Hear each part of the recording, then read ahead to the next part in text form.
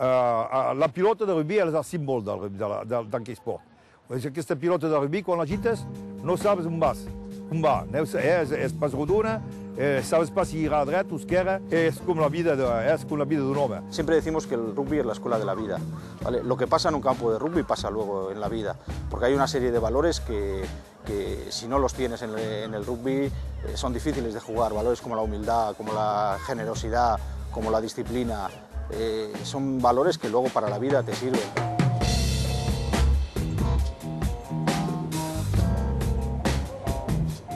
Ouais, c'est ouvert aux petits, aux grands, aux gros, aux maigres.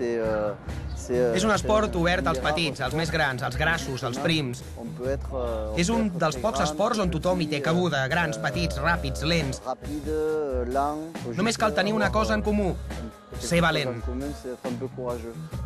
Hi ha molta complicitat al primer equip per poder lluitar contra els millors equips de la Lliga i d'Europa. Valors, sobretot, d'entrega i solidaritat. Uns valors que aquí a Perpinyà i l'USAP encara són més patents. El rugby és un esport de valors, de molts, però en concret del respecte a l'honestedat, del respecte al contrari, del respecte al públic, del respecte als àrbitres, del respecte a un mateix. El rugby es regeix habitualment per 5 valors fonamentals. Treball en equip. Tots els jugadors confien cegament els uns amb els altres i al camp s'ajuden tots. Disciplina. El rugby és un esport físic i molt dur. Per això cal tenir la certesa i la confiança que els jugadors el practiquen amb fair play i sense intenció de fer mal al contrari. Diversió. Ja sigui en categories amateurs o a nivell professional i de seleccions, la sensació de veure 2 equips enfrontar-se en un esport com aquest és una sensació inigualable.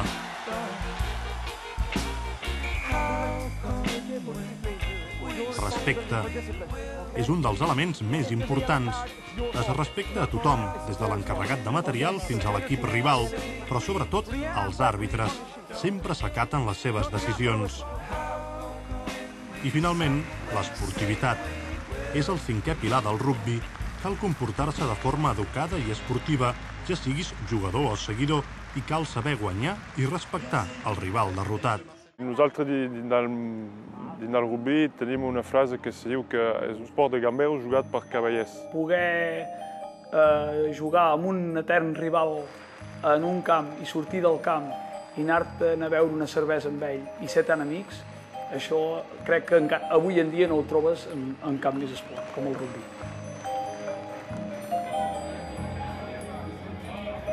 Després del partit, els jugadors d'ambdós equips, els directius i els aficionats, es retroben per compartir experiències. És el que es coneix com el tercer temps. Una mostra perfecta de la filosofia d'un esport i d'un gran equip que ha incrementat la seva llegenda més enllà dels cànons del rugby internacional, amb l'agermanament que ha segellat amb el Futbol Club Barcelona. Se senten orgullosos de ser catalans i ho volen demostrar sent els millors jugadors del territori francès.